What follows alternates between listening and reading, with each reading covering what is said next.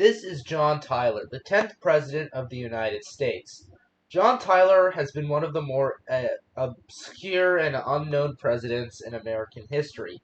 Tyler took over after the death of President William Henry Harrison, who died just 1 month after taking office. John Tyler served for the rest of Harrison's term and didn't continue serving for a second term. Despite being elected as a Whig, Tyler's views clashed with the views of the majority of Whigs at the time, including one of the founders of the party, Henry Clay. John Tyler's own views on economic issues directly contrasted with Henry Clay's views, and he did not believe in the American system of ideology that Henry Clay did.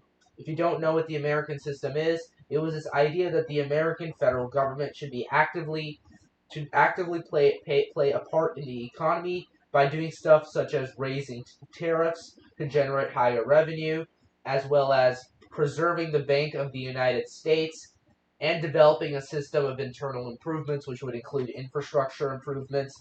John Tyler did not support any of these policies, and his economic views actually aligned much more closely to the Democratic Party.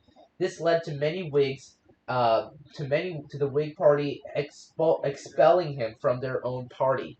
John Tyler is probably the only president in American history to in fact be expelled from his party. In fact, the whole reason why John Tyler became a Whig in the first place was because he opposed Andrew Jackson's handling of the nullification crisis in South Carolina.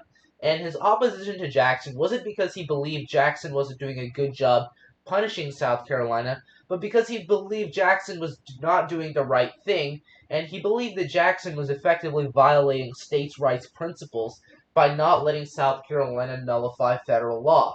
So basically, he was leaving the Democratic Party because he didn't believe that the Democrats were strong enough on the issue of states' rights. In many ways, his ideology was very close to John C. Calhoun, who he would later appoint as Secretary of State.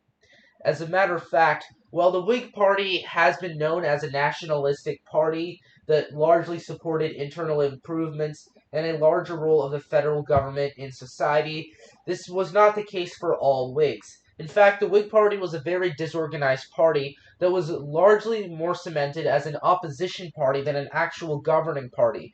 This was because the whole ideology behind the party, if you were to collectivize it, is that they did not like Andrew Jackson. They didn't have any collective set of principles, such as modern-day parties like the Democratic Party and Republican Party have today. In fact, Southern Whigs were arguably even more hardline on the issue of states' rights than the Southern Democrats were. And one thing to note about John Tyler is that he actually joined the Confederacy during the Civil War. Despite serving as President of the United States, he actually voted for secession as a member of the Confederates, as a member of a delegation to Virginia when they were debating the issue of secession. He fully supported the Confederacy during the Civil War and was actually elected to a term in the Confederate Congress, but ended up dying. John Tyler clearly was opposed to Whig ideology as a whole and only joined the party because he believed the Democrats weren't strong enough on states' rights. But one thing to note about John Tyler is that he actually almost became the second president to die in a single term. We saw this with the boat explosion of the USS Princeton, which exploded in the year 1848, or 1844. And luckily for John Tyler, he was sitting right below the deck and wasn't actually on board the ship.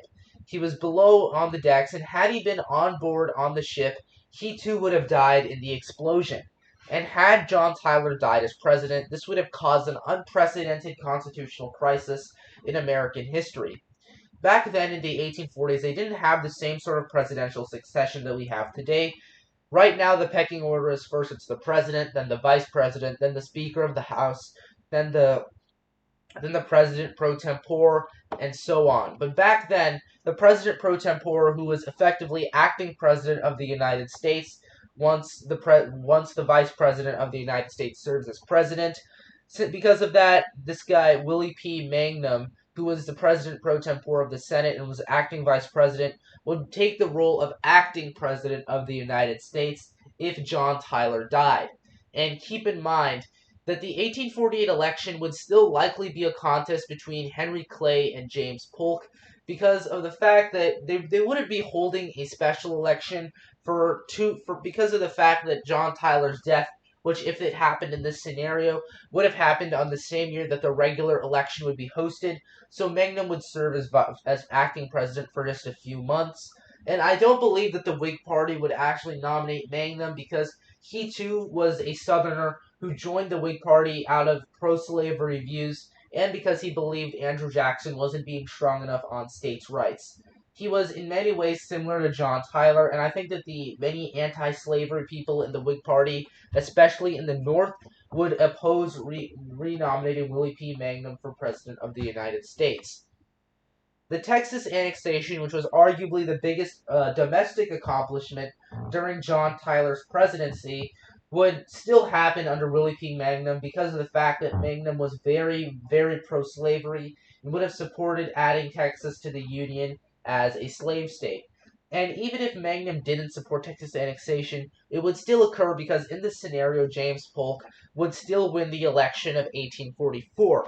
And while you may make the argument that we may have the same sympathy issue that we had when LBJ took office after JFK's assassination, keep in mind that Henry Clay and John Tyler absolutely did not like each other, and Henry Clay was very much against John Tyler, and John Tyler was against the Whig Party as a whole, and was more so of a Democrat than a Whig. So if anything, the sympathy vote may actually help Polk than it would Henry Clay.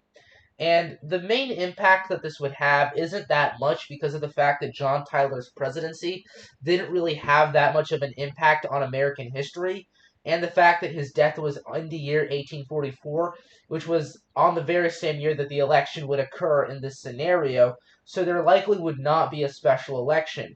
The only impact that I can see in this scenario that would actually happen would be a Presidential Succession Act that would actually document and outline what would happen if the President of the United States dies, and if the Vice President dies, and so forth, would happen much earlier than it did in our actual scenario. So anyways, thank you guys for watching this video. Make sure to like this video down below and subscribe to the channel.